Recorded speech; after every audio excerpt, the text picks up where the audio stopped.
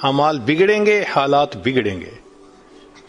جب کہا میں نے کہ یا اللہ تو میرا حال دیکھ، جب کہا میں نے کہ یا اللہ تو میرا حال دیکھ، حکم آیا میرے بندے نامہ اعمال دیکھ۔ ہم حالات کا تو شکوہ کرتے ہیں، اپنے عمل تو نہیں نہ دیکھتے۔ تو اعمال کو سنوارنے سے اللہ تعالی حالات کو سنوار دیتے ہیں۔ ہم اپنے اندر تقوی اور صبر و ضبط پیدا کریں، اللہ رب العزت ہر دور اور ہر زمانے میں تقوی اور صبر والے بندے کو فرش سے اٹھائیں گے، عرش کے اوپر بٹھائیں گے، تخت کے اوپر بٹھائیں گے۔ اب تقوی اور صبر کی طرف تو ہم آتے نہیں، چاہتے ہیں زندگی تو رہے جیسے ہم گزار رہے ہیں، حالات سیدھے ہو جائیں۔ کیسے حالات سیدھے ہو سکتے ہیں؟ سمپل سی مثال ہے کہ بجلی سے ایک مشین چلتی ہے، اب ایک بندہ مشین کو روکنا چاہتا ہے، ایک ہی ترتیب ہے کہ پیچھے سے بٹن بند کرو۔ آپ بٹن بند نہیں کریں گے، ہاتھ سے مشین کو پکڑ کے روکنے کی کوشش کریں گے، ہاتھ کٹوا بیٹھیں گے، سارا دن زور آزمائی کریں گے، مشین کہاں رکے گی؟ تو عقل مند بندہ مشین کو پکڑ کے نہیں کھڑا ہوتا، وہ سوئچ کو بند کرتا ہے۔ حالات کا سوئچ اللہ رب العزت کے ہاتھ میں ہے، تو ادھر رجوع کرنے کی بجائے کہ اللہ حالات کو ٹھیک کر دیجئے، ہم حالات کی مشین کے ساتھ کشتی کر رہے ہیں۔ کون ہمیں عقل مند کہے؟ تو پہلی بات، جو شخص اپنے اعمال کو ٹھیک کر لیتا ہے اللہ رب العزت اس کے حالات کو ٹھیک کر دیتے ہیں۔ دوسری بات، جو شخص اپنی آخرت کو سنوار لیتا ہے اللہ تعالیٰ اس کی دنیا کو سنوار دیتے ہیں۔ ہم پھر الٹے چاہتے ہیں کہ پہلے دنیا سنورے پھر ہم آخرت سنواریں گے، یہاں پھر ہم غلطی کرتے ہیں، دن رات دنیا سنوارنے میں لگے ہوئے ہیں، پزل بنی ہوئی ہے، ایک حصہ جوڑتے ہیں تو دوسرا ٹوٹتا ہے، وہ توڑتے ہیں تو پہلا ٹوٹتا ہے، ہر بندہ لگا ہوا ہے اسی کوشش میں۔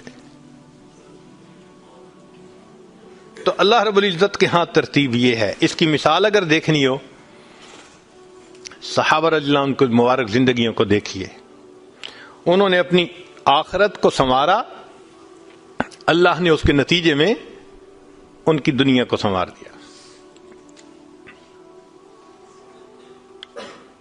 بات کیا تھی کہ نہ کیسر و کسرا سے دبے، چند وہ لوگ کے اونٹوں کے چرانے والے، اور جن کو کافور پہ ہوتا تھا نمک کا دھوکا، بن گئے دنیا کی تقدیر بدلنے والے۔ انہوں نے اپنی آخرت کو سنوارا، اللہ نے دنیا سنواری۔ کیسے؟ اطمینان، اتنا اطمینان کہ یمن سے جوان عورت چلتی ہے اور مدینہ طیبہ پہنچتی ہے، اور پورے راستے میں کوئی اس کی طرف آنکھ اٹھا کر دیکھنے والا نہیں ہوتا۔ اللہ نے مال و دولت کے اتنے ڈھیر عطا کیے تھے، انس اللہ عنہ کہتے ہیں کہ میں لکڑی کاٹنے والے کلہاڑے سے سونے کی اینٹوں کو توڑا کرتا تھا۔ اب لکڑی کے کلہاڑے سے جو سونا ٹوٹے گا وہ تولوں میں اور گراموں میں تو نہیں نہ ہو سکتا۔ اللہ نے اتنی دولت ان کے قدموں میں ڈال دی تھی۔ بچہ پیدا ہوتا تھا، اس کا روزینہ متعین تھا۔ سیدنا عمر رضی اللہ عنہ نے ایک رات دیکھا، ایک عورت چھوٹے سے بچے کو روٹی کا ٹکڑا کھلانے کی کوشش کر رہی ہے، بچہ رو رہا ہے۔ پوچھا کیوں کر رہی ہو؟ کہنے لگی کہ امیر المومنین نے قانون بنایا ہوا ہے کہ جب بچہ دودھ چھوڑے گا پھر ہم بیت المال سے روزینہ متعین کریں گے، تو میں کوشش کر رہی ہوں۔ عمر رضی اللہ عنہ آئے، بہت روئے۔ صحابہ کہتے ہیں کہ اس دن فجر کی نماز پڑھائی، قرات کے اندر اتنا گریا اور بکا تھا کہ ہمیں سمجھنا مشکل ہو رہا تھا، اتنا رو رہے تھے۔ ہم حیران تھے آج امیر المومنین کو کیا ہوا۔ نماز پڑھانے کے بعد ممبر پر بیٹھے، عمر کے اوپر اللہ رحم کرے، اس نے کتنے بچوں کی جان لی ہوگی۔ مقصد یہ تھا کہ میں نے جو یہ قانون بنایا تو کتنی ماؤں نے معصوم بچوں کے دودھ چھڑوائے ہوں گے اور وہ دودھ سے محروم ہوں گے میری وجہ سے۔ پھر اعلان فرمایا کوئی ماں بچے کو دودھ جلدی مت چھڑوائے، جس دن بچہ پیدا ہوگا اسی دن بیت المال سے وظیفہ متعین کر دیا جائے گا۔ آج سے 1400 سال پہلے ہے۔ تو انہوں نے اپنی آخرت کو سنوارا، رب کریم نے اس کے بدلے ان کی دنیا کو سنوار دیا۔ قرآن مجید میں اللہ تعالیٰ فرماتے ہیں وَلَوْ أَنَّ أَهْلَ الْقُرَىٰ آمَنُوا وَاتَّقَوْا، اگر یہ بستی دیسوں والے ایمان لاتے، تقوی کو اختیار کرتے، لَفَتَحْنَا عَلَيْهِمْ بَرَكَاتٍ مِّنَ السَّمَاءِ، ہم ان کے لیے آسمان سے برکتوں کے دروازے کھول دیتے۔ تو ترتیب یہی ہے کہ جو آخرت کو سنوارتا ہے، اس کوشش میں لگتا ہے، دنیا اس کا سایہ ہے۔ اللہ دنیا کو خود بخود سنوار دیتے ہیں، الگ سے محنت نہیں کرنی پڑتی۔ مثال کے طور پہ جو بندہ سچ بولتا ہے تجارت میں، اللہ تعالیٰ اس کی تجارت کو خود سنوار دیتے ہیں۔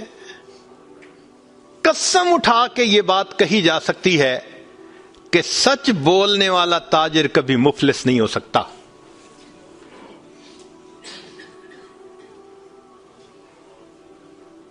پاسبل ہی نہیں کہ سچ کی بنیاد ہو اور اس میں برکت نہ ہو۔ تو دو باتیں، جو شخص اپنے اعمال کو سنوارتا ہے اللہ تعالی حالات کو سنوار دیتے ہیں، جو اپنی آخرت کو سنوار لیتا ہے اللہ تعالیٰ اس کی دنیا کو سنوار دیتے ہیں۔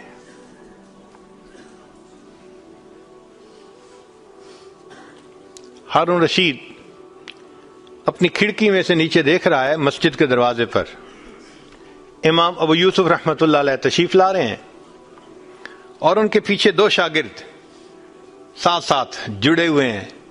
دونوں چاہتے ہیں کہ میں جوتے اٹھاؤں، ہر ایک اس کوشش میں ہے۔ جب امام ابو یوسف رحمۃ اللہ نے جوتے اتارے تو ان میں سے ایک بچے کا ہاتھ ایک جوتے پہ پڑا، دوسرے کا ہاتھ دوسرے جوتے پہ پڑا، دونوں نے ایک ایک جوتا اٹھا لیا۔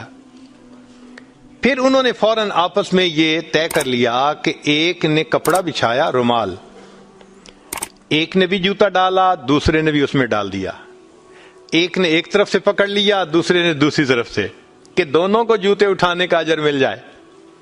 حضرت آگے جا رہے ہیں اور پیچھے دو طالب علم اس طرح جوتے لے کے جا رہے ہیں کہ رومال کے اندر جوتے ہیں، ایک نے بھی پکڑا ہوا ہے دوسرے میں بھی پکڑا ہوا ہے۔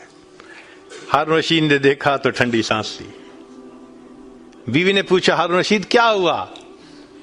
کہنے لگا یوں تو دنیا ہمیں بادشاہ کہتی ہے، ہمارے جوتے اٹھانے کے لیے بھلا کون جھگڑتا ہے؟